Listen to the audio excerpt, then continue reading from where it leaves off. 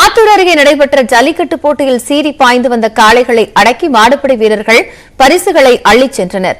சேலம் மாவட்டம் கூலமேட்டில் நடைபெற்ற ஜல்லிக்கட்டு போட்டியை மாவட்ட ஆட்சியர் கார்மேகம் கொடியசைத்து தொடங்கி வைத்தார்.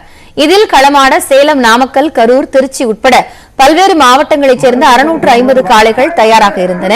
அவற்றை அடக்குவதற்காக 300 மாடுபிடி வீரர்கள் களமிறங்கினர். வாடிவாசலில் இருந்து திறந்துவிடப்பட்டதும் காளைகள் சீறி பாய்ந்தன. இருப்பினும் தீரத்துடன் செயல்பட்ட காளையர்கள் காளைகளை அடக்கி சைக்கிள், பீரோ மற்றும் எலக்ட்ரானிக் பரிசு பொருட்களை அள்ளி குவித்தனர்.